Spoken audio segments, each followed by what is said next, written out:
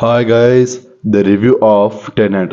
మా ఊరి పోలిమేర 2తో బ్లాక్ బస్టర్ హిట్ అయితే కొట్టారు సత్యం రాజేష్. సో ఇప్పుడు టెనెంట్ సినిమా ఎలా ఉంది ఏంటనేది రివ్యూలోకి వెళ్ళే ముందు నాదొక స్మాల్ రిక్వెస్ట్, వీడియోని లైక్ చేయండి, సబ్స్క్రైబ్ చేసుకునే వాళ్ళు వెంటనే సబ్స్క్రైబ్ చేసుకోండి.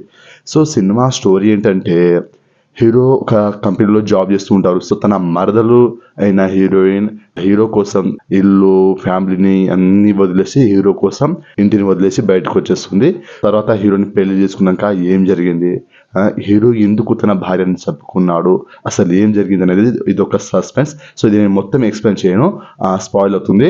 సో ఇదొక నాకు స్టోరీ పాయింట్ చాలా కొత్తగా అనిపించింది. ఎందుకంటే ఒక భర్త తన భార్యని ఎందుకు చంపాడు, తనను నమ్మి వచ్చిన భార్యని అసలు చంపుకోవాల్సిన పరిస్థితి ఏంటి, అసలు ఎందుకు చంపుకున్నాడు హీరో ఒక సైకో కిల్లరా అంటే ఇవన్నీ మనం తెలుసుకోవాలంటే సినిమా చూడాలి.